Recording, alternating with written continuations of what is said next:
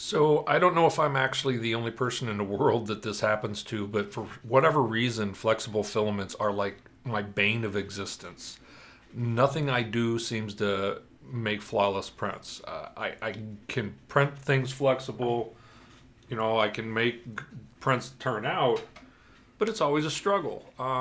So I did some more messing around, and stick around, let's see what I kind of found and what I came up with.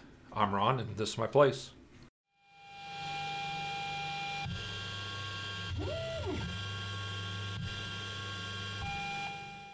So flexible filament. The biggest problem with flexible filament is it's flexible. So what does that mean, and why is it a problem? Basically, the biggest problem with flexible filaments for standard extruders is that the filament, when it's going through the extruder, there's any gaps that go from the drive gear before it goes into whatever it's going into, be it either direct drive, right into a hot end, or into a Bowden tube, any gaps whatsoever, the flexible will, when you start printing, you're actually generating nozzle pressure.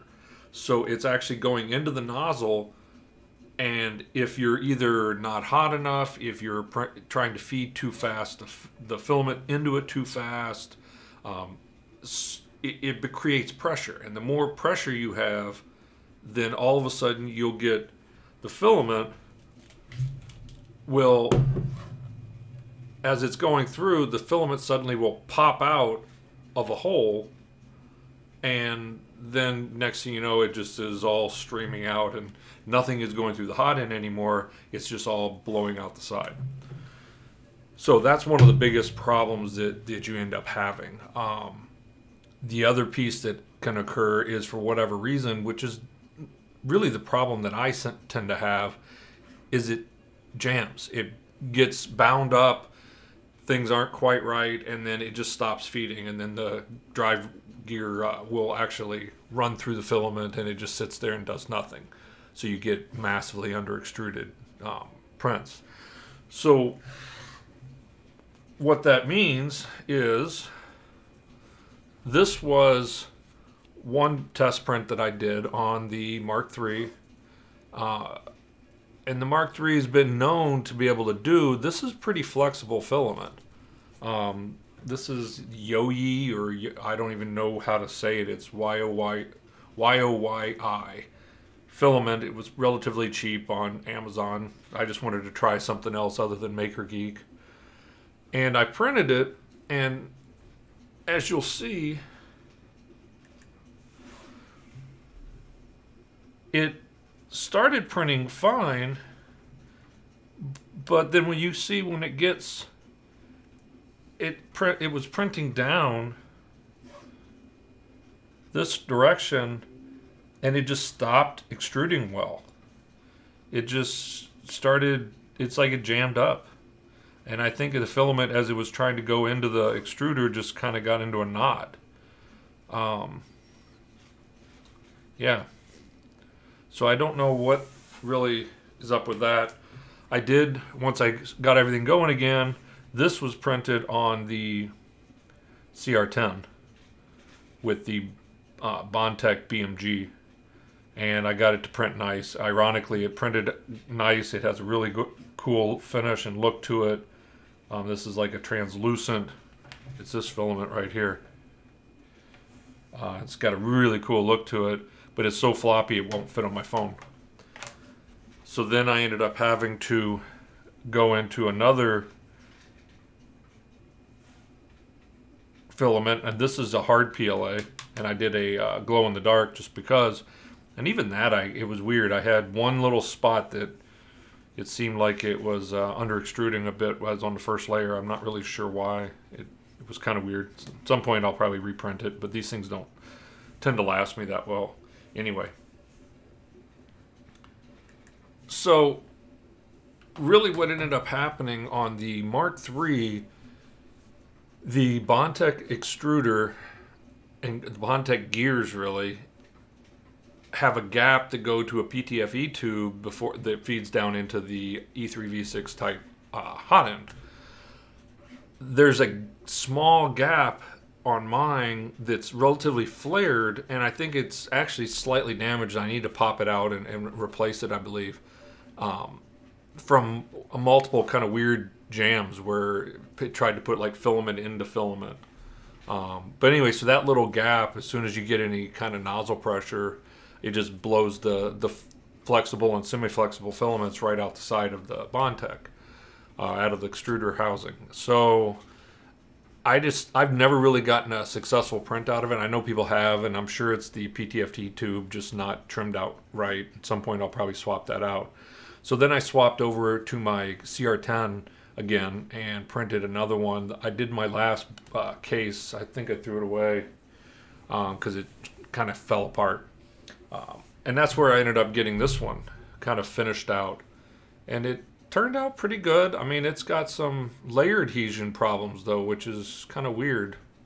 As you can see, even though it printed well, it's just the layer lines don't, I don't know, maybe I had too much cooling and I need to play with some cooling on it. But yeah, so this is another wasted print. But this one actually turned out pretty good. I think it'll last pretty good. It seems to work good. It's very, very slim and low profile. But I'm going to show a couple pictures of some things that I had and things that I saw. The biggest thing that I would say with flexible filaments is slow. I mean, you want to make sure you're on the hotter end of your temperatures to make sure that you can get things coming out of the nozzle quickly, because the key is you want to reduce nozzle pressure. The higher your nozzle pressure is, the more likely it's going to find a little gap to squish out of, if you will. If you run a BondTech BMG, make sure you have it tightened down relatively tightly on the gears so it pushes through nicely. But other than that, it's like I said, I tried it on the CR-10. I tried it on the Mark III. I've yet to get it to succeed on the Mark III.